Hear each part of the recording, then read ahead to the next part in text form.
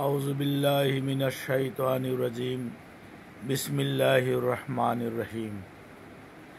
আজকের আলোচনার বিষয় ইসলাম পূর্ণাঙ্গ জীবন ব্যবস্থা, কমপ্লিট কোড অফ লাইফ এবং বর্তমান আর্থসামাজিক প্রেক্ষাপটে ইসলামী বিধিবিধানগুলো আমাদের চলমান নতুন নতুন সমস্যাগুলোর সমাধান দিতে পারে কিনা।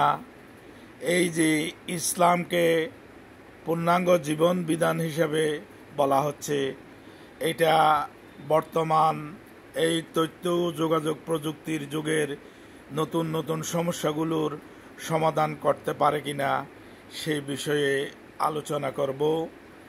ইসলাম হচ্ছে একটি সাধারণ ধর্ম নয়, এটা মানুষের ব্যক্তিগত জীবন থেকে রাষ্ট্রীয় জীবন, সামাজিক জীবন, অর্থনৈতিক জীবন প্রত্যেকটি সমস্যার সমাধানই রয়েছে এই ইসলাম ধর্মে। ইসলাম ধর্মের এই যে মূল আইনের বিষয়গুলো হচ্ছে কোরআন, হাদিস, ইজমা, কেয়াস, ইস্তেহাদ, ইস্তিগলাল। আজকে এই ইসলামী আইনের এই উৎসগুলো নিয়ে আলোচনা করব। আমাদের মহানবী হযরত মুহাম্মদ মুস্তাফা সাল্লাল্লাহু আলাইহি ওয়াসাল্লাম 570 খ্রিস্টাব্দে মক্কা নগরীতে জন্মগ্রহণ করেন এবং 40 বছর বয়সে উনি নবুয়ত লাভ করেন এবং 63 বছর বয়সে উনি এই পৃথিবী থেকে বিদায় গ্রহণ করেন।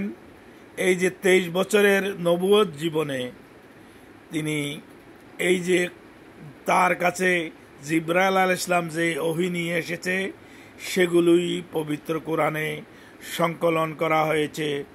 পবিত্র কোরআনের মধ্যে 30 পারা, 114টি সূরা রয়েছে, 6666টি আয়াত রয়েছে।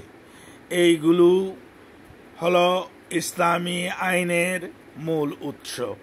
যে কোনো সমস্যা সমাধানে এই পবিত্র কোরআনের সমাধানকেই অগ্রাধিকার দিতে হবে।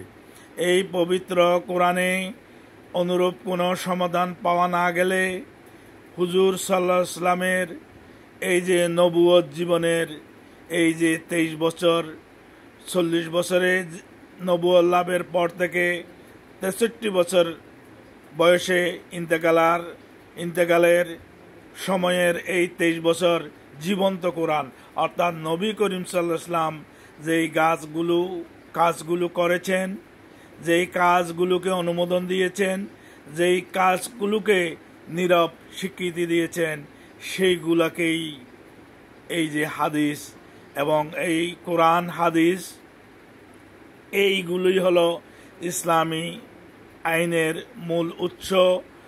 ইসলামী কোনো সমস্যা সমাধানে অনুরূপ কোনো সমস্যা নবী করিম সাল্লাল্লাহু আলাইহি ওয়াসাল্লামের জিন্দেগিতে কিভাবে সমাধান করা হয়েছে সেই ব্যাপারে আমাদের দৃষ্টি দিতে হবে এবং সেই ব্যাপারে যদি আমরা সুস্পষ্ট কোনো সমাধান না পাই, তাহলে এই যে আমাদের খোলাফায়ে রাশেদিন অর্থাৎ 4 খলিফা হযরত আবু বকর রাদিয়াল্লাহু আনহু, হযরত ওমর রাদিয়াল্লাহু আনহু, হযরত ওসমান রাদিয়াল্লাহু আনহু, হযরত আলী রাদিয়াল্লাহু আনহু এই সমস্যাগুলোর কিরূপ সমাধান করেছেন সেই ধরনের বিষয়ে আমাদের দৃষ্টিপাত করতে হবে।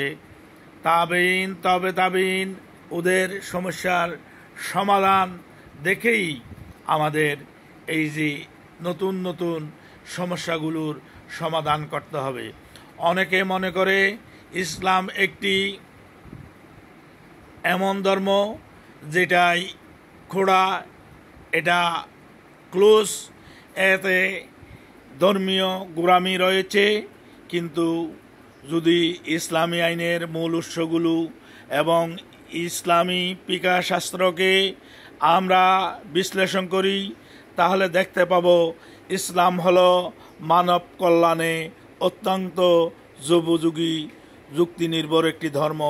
কারণ ইসলামে কোরআন, হাদিস, ইজমা, কিয়াস, এই যে কিয়াস হলো অনুমান করা মানব কল্যাণে কোনো সমস্যা কিভাবে সমাধান হবে, ইসলামী জ্ঞান সম্পন্ন ব্যক্তিরা অনুমান করে যে সমস্যার সমাধান দেবে, সেটা নতুন নতুন সমস্যার সমাধান পাওয়ার পথ রয়েছে।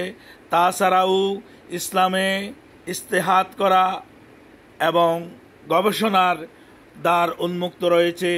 ইসলামী এবং আধুনিক জ্ঞান সম্পন্ন ব্যক্তিরা গবেষণা করে ইসলামের এই যে যুগোপযোগী মানব কল্যাণে ইসলামী বিধিবিধানগুলোর প্রয়োগের পথ খোলা রয়েছে।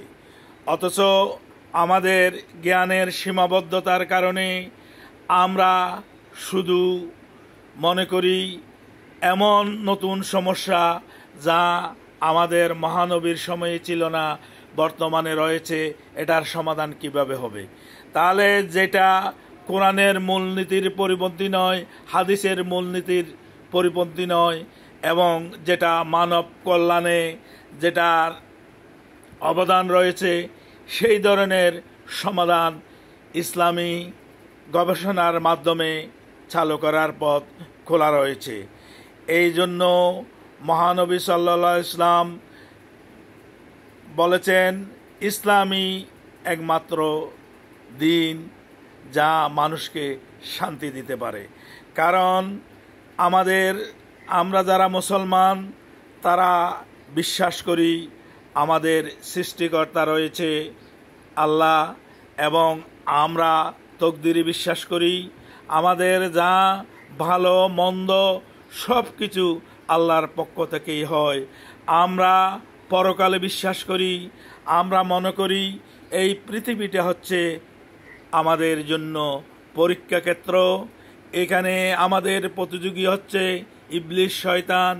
কারণ ইবলিশ আমাদের যখন আদম আলাইহিস সালামকে সেজদা করতে বলেছিল, ইবলিশ তখন অস্বীকার করে এবং সে বেহেশত থেকে এই বিচ্যুত হয়ে পৃথিবীতে আমাদের প্রতিদ্বন্দ্বী হিসেবে এসেছে এবং আল্লাহর কাছে সে আবদার করেছে যাতে মানুষের মধ্যে সে বিচরণ করে কুপ্ররোচনা দিয়ে মানুষকে জাহান্নামে নিয়ে যেতে পারে। তাকে সেই ক্ষমতা দেওয়া হয়েছে। সে প্রতিদিনই প্রচেষ্টা চালাচ্ছে মানুষকে কুপ্ররোচনা দেওয়ার জন্য। এই জন্যই সমাজে এত হানাহানি, মারামারি, এত বিশৃঙ্খলা, তার মূলে রয়েছে শয়তানের কুপ্ররোচনা। আমরা যদি কোরআন, হাদিস, ইজমা, কিয়াস, ইজতিহাদ, ইস্তিলাল নিয়ে আমাদের বর্তমান পৃথিবীর উদ্ভূত সমস্যাগুলোকে সমাধান করতে চেষ্টা করি, তাহলে এই পৃথিবীতে শান্তির বাতায়ন একমাত্র ইসলামই দিতে পারে। কারণ ইসলাম এমন যৌক্তিক ধর্ম। কারণ ইসলামে এই যে প্রতিবেশীর সাথে কিভাবে আচরণ করতে হবে, আত্মীয় স্বজনের সাথে কিভাবে আচরণ করতে হবে, দেশপ্রেম কিভাবে হবে, সব কিছু। এবং এই যে ইসলাম কোনো কিছু জানার জন্য জ্ঞান অর্জন করা ফরজ, এই জন্য ইসলামে জ্ঞান অর্জনকে অত্যন্ত গুরুত্ব দেওয়া হয়েছে। আমার হাদিস শরীফে আছে, তলবুল ইলমে ফরিদাতুন আলা কুল্লে মুসলিমিনা ওয়াল মুসলিমাত। অর্থাৎ ইসলাম ধর্ম এমন একটি ধর্ম যাতে পুরুষ এবং নারী সকলেরই জ্ঞান অর্জন করা ফরজ। আর ইসলামে সামাজিক জীবনকে সুন্দর করার জন্য বলা হয়েছে, লা ইয়াদহুলুল জান্নাতা কাতিউর রহমি, রক্ত সম্পর্ক ছিন্নকারী জান্নাতে প্রবেশ করবে না। রক্ত সম্পর্ক বলতে পিতা, মাতা, ভাই, বোন, চাচা, চাচি, প্রতিবেশী, এই যে সামাজিক এই যে আত্মীয় স্বজনের মধ্যে সম্পর্ক রাখা এবং আত্মীয় স্বজনের প্রতি দায়িত্ব পালনকে ইসলাম অত্যন্ত গুরুত্ব দেয়। এই জন্য এই হাদিসে বলা হয়েছে যারা আত্মীয় স্বজনের সাথে সম্পর্ক রাখে না তারা জান্নাতে যেতে পারবে না। এরপরে সমাজে যত অনাচার অশান্তির মূল